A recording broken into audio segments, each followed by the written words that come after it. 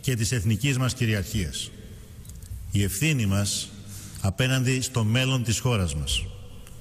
Και η ευθύνη αυτή μας υποχρεώνει να απαντήσουμε στο τελεσίγραφο με βάση την κυρίαρχη βούληση του ελληνικού λαού.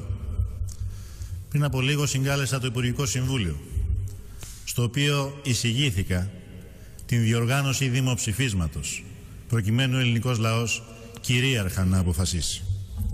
Η εισήγηση έγινε ομόφωνα αποδεχτή.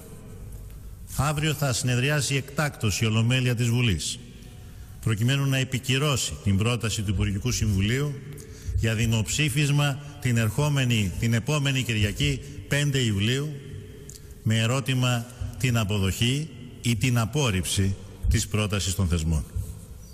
Ήδη έχω ενημερώσει για την απόφασή μου τον Πρόεδρο της Δημοκρατίας, αλλά και τηλεφωνικά τόσο τον Πρόεδρο της Γαλλίας και την Καγκελάριο της Γερμανίας, αλλά και τον Πρόεδρο της Ευρωπαϊκής Κεντρικής Τράπεζας.